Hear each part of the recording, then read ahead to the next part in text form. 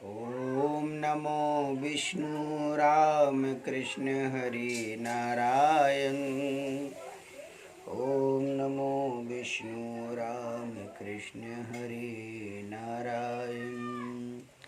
ओम नमो विष्णु राम कृष्ण हरि नारायण। आज कुछ प्रश्न है भक्तों के कि महाराज, जो धरती पर साधु संतों का हत्या, उनको कष्ट दिया जा रहा है, क्यों? ये मृत्यु क्यों हो रही, ये अत्याचार क्यों हो रहे, भक्तों का अपमान क्यों हो रहा है? ऐसे कई प्रश्न हैं, तो मैं उन्हीं प्रश्नों का उत्तर दे रहा हूँ। इसका कारण संस्कार विहीन बचपन से आप बच्चा पैदा होने से पहले माँ बाप को खुद मांस भक्षण दिया जाता है। सास ससुर हैं, माँ बाप हैं, ये सभी मांस खा करके, शराब पी करके अवैध संबंध ज़्यादा करते हैं और संबंध अपनी पत्नी से भी करते हैं। तो आहार शुद्ध होगा तो विचार शुद्ध होते हैं। जब दिन भर एक जंगली कुत्ता जो होता है दूसरे के ऊपर झपटता रहता है, तो आपने देखा होगा, वो शुतुरमुर्ग हो या गाय हो या भैंस हो, कोई भी हो, जंगली जो जानवर होते हैं, शेर है, कुत्ता है, तो वो उसी पर झपट जाते हैं, उसको काटने की बात करते हैं। आज सेम पोजीशन इंसान की हो गई। वो मांस खा खा के कुत्ते की सोच हो गई, जंगली कुत्तों की तरह। शराब पी करके सुअर की सोच हो गई, है सुअर गंध का ही खाना। तो जिसकी कुत्ते की सोच है, कुत्ता और कुतिया की सोच वाले, आप दिन भर समझाइए उनको, कुत्ता कुतिया को बोलिए कि तुम भौंकना बंद कर दो, मांस खाना, नोच के खाना, हड्डी को चाटना छोड़ दे। जब इंसान तो देखने में है, लेकिन उनकी सोच विचार अगर कुत्ता कुतिया की तरह है, तो उसके अंदर दया कहाँ से? कुत्ता कुतिया के अंदर केवल एक हिंसात्मक होती है। आप देखिए, मैं जाता हूँ तो मुझे खुद भौंकने लगते हैं। वो जानते पहचानते, क्या पहचानते हैं? उनकी दृष्टि में ये समझते दूसरा कुत्ता है। कुत्ता ये भौंकता है कि मेरा कोई दूसरा कुत्ता आ गया। जिस इंसान ने अपने को कुत्ता कुतिया यानी पशु और पक्षी बना के रखा है, उसको अपना परिवार दिखता है, अपना घर दिखता है। और ऐसे कुत्ता कुतिया की सोच वाले को हम क्या समझाएंगे? इंसान का मतलब है इंसानियत। महाराष्ट्र के अंदर जो साधु संतों की हत्या हुई, तो आप उसे इंसान समझेंगे और उन्हें आप छोड़ दें? अरे इंसान उसे कहते हैं ना ले किसी की जान, वो इंसान। ये तो शैतान है जो दूसरे की जान लें, डंडे मारें, गला काटें। इंसान नहीं हो सकते। और शैतानों को क्या करना चाहिए? शैतानों को शैतान बनकर के वध कर देना चाहिए, इंसान बनकर नहीं।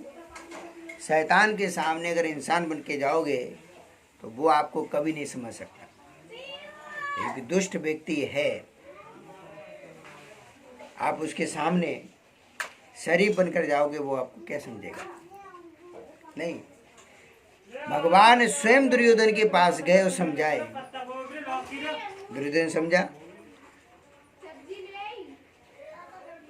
द्रोणाचार्य, पितामह भीष्म जैसे भगवान के भक्त होकर के द्रोणाचार्य ने कितनी तपस्या की। ब्रह्मा जी ने वरदान दिए, ब्रह्मशीर अस्त्र था, नारायण अस्त्र मिला उनको।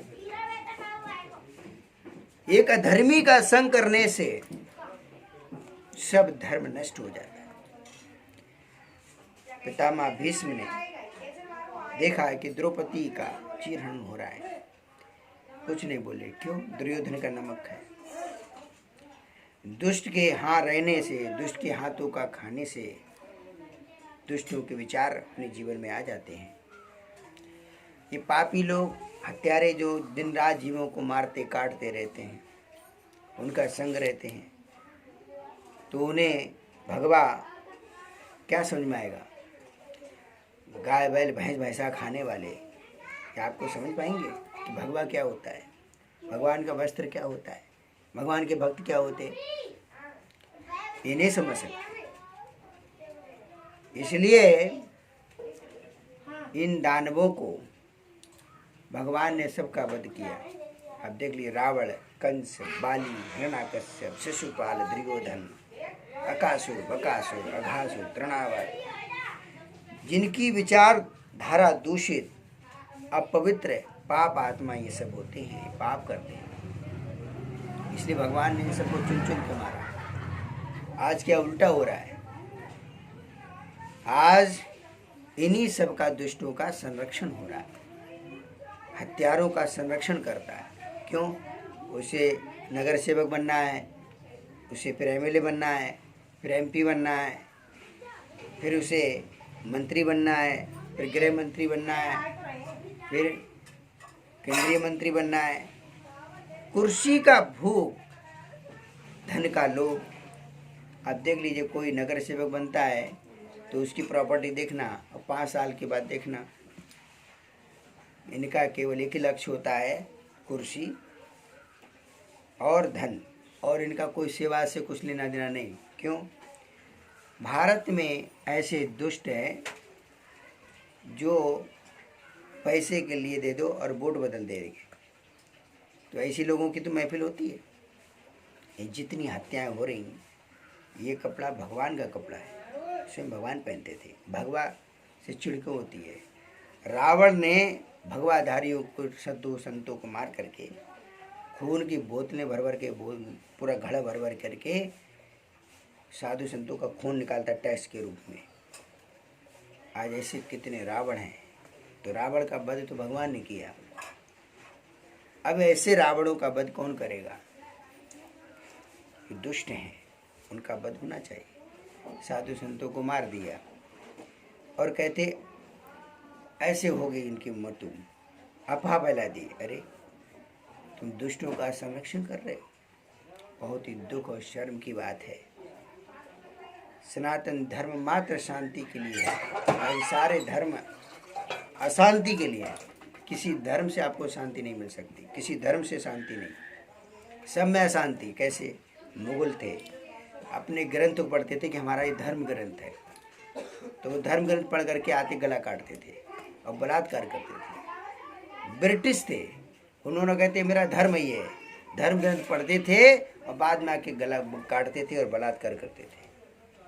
तो ऐसा धर्म हो सकता है? धर्म का मतलब, हमने रामायण गीता और भागवत पढ़ा है, हमने रामायण गीता भागवत को पढ़ा है। अब हमसे कहिए, हम अपना धर्म नष्ट कर देंगे, किसी का बलात्कार करेंगे, है किसी की हत्या करेंगे, तो हमारा कैसा धर्म होता है? हमने धर्म ग्रंथ पढ़ा है, यजुर्वेद, सामवेद, अथर्ववेद, ऋग्वेद पढ़े, तो किसके लिए पढ़े? हम धर्मात्मा हैं, तो हम ये चोर, हत्या, बलात्कार करें, इससे हमारा क्या मतलब? तो हम धर्मात्मा कैसे? हमारा कौन सा धर्म हुआ? ये कहते हमारा धर्म है, मुगल कहते थे हमारा धर्म है। अरे तुम्हारा कौन सा धर्म है भाई? ये धर्म नहीं है, अधर्म है। क्यों? जो धर्म ग्रंथ को पढ़ता है वो उसमें क्या आती? दया, करुणा, प्रेम, पवित्रता, ये सब उसके अंदर रहती है। अब धर्म ग्रंथ हमने पढ़ा और हम जा करके फिर गला काटे, बड़े बड़े पशुओं को काट करके खा जाए, वो कौन सा धर्म? वो धर्म नहीं होता है, अधर्म होता है। जिस धर्म में गला बोलेगा ये इसमें आपके धर्म के लोग गला काटते हैं, तो वो तुम्हारी औलाद हो सकते हैं। सनातन धर्म में किसी को भी गला काटने का परमिशन नहीं है, और जो गला काटते हैं इसका मतलब है वो तुम्हारी औलाद हो सकती है, मुगलों की औलाद हो सकते हैं। सनातन धर्म सबको गले लगाने की बात करता है, गला काटने के नहीं। इसलिए सनातन सत्य धर्म है, मतलब सत्य धर्म का मतलब सनातन धर्म, जो सत्य है वो धर्म। विदेशी मुगलों का कोई धर्म नहीं, वो तो अधर्मी थे। उन्होंने कितने अत्याचार अनाचार, उनकी जो संस्कृति थी उनको तो एक ही लिखा था। कहते हम आप बहुत धर्मात्मा हैं, ऊपर वाले को याद करते थे, ऊपर वाले का नाम का पाठ करते थे और बाद में आकर के हत्या गलत काम करते थे। इसलिए मुझे कहा गया तो मैंने बता दिया, गला काटने वाला कभी कोई इंसान नहीं हो सकता। इंसान एक इंसान की हत्या करता है तो उसको हत्यारा समझ करके उसकी भी हत्या कर देना चाहिए। इंसान कभी हत्या नहीं कर सकता। हाँ, कोई इंसान हमको मारने आ रहा है, हमारी हत्या करने आ रहा है तो हम उसकी हत्या कर सकते हैं, उसकी हत्या कर सकते हैं। ऐसे अनाचारी हत्यारे लोगों को उनकी हत्या कर देना चाहिए, उनको मार देना चाहिए। और इस प्रकार से शांति तभी आ सकती है जब इंसान, अगर हत्यारे इन बलात्कारी लोगों को, जुर्मी अत्याचार पाप करने वालों का संरक्षण होगा तो धरती में कभी शांति नहीं आ सकती। जो शांति का संदेश देते हैं, विचार करिए, मैं अन्न ग्रहण नहीं करता, जल भी नहीं पीता, नमक नहीं, शक्कर नहीं, किसी प्रकार का कोई भी ग्रहण नहीं करता, मैं दूसरे के लिए शांति देता हूँ, तो मैं अत्याचार कैसे कर सकता हूँ?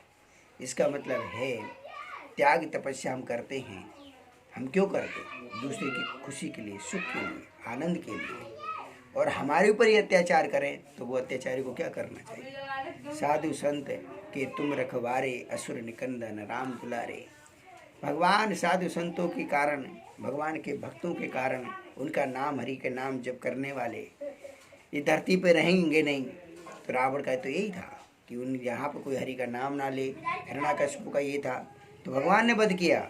ऐसे लोगों का वध कर देना चाहिए। जो साधु संत भगवान की निंदा करें, साधु संतों को सताएं, हरि की किसी मूर्ति विग्रह का सम्मान ना करें, ब्रह्मा विष्णु महेश को सिर ना झुकाएं, ऐसे लोगों को धरती पर रहने का कोई हक नहीं। ये सब अनाचारी अत्याचारी हैं, इनका वध कर देना चाहिए।